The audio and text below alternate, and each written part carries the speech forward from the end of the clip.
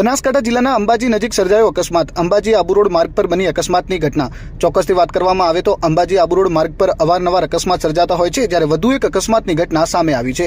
ખાસ કરીને કહી શકાય કે અંબાજી તરફ આવી રહેલ બસ એકાએક સુરપગલા નજીક નદીમાં ખાબકી હતી। બસ નદીમાં ખાબકતા ચોક્કસથી બસમાં હાજર લોકોને નાની મોટી ઈજા પહોંચી હતી। ઘટનાની જાણ પોલીસને કરાતા પોલીસ અને 108 ટીમ ઘટના સ્થળે પહોંચી હતી અને ઈજાગ્રસ્તોને ચોક્કસથી કહી શકાય પોલીસે પ્રાઇવેટ વાહનોની મદદથી ખાસ કરીને સારવાર અર્થે હોસ્પિટલ ખસેડવામાં આવ્યા હતા। અંબાજી આબુ રોડ માર્ગ પર ભયાનક અકસ્માતની ઘટના સામે આવી છે।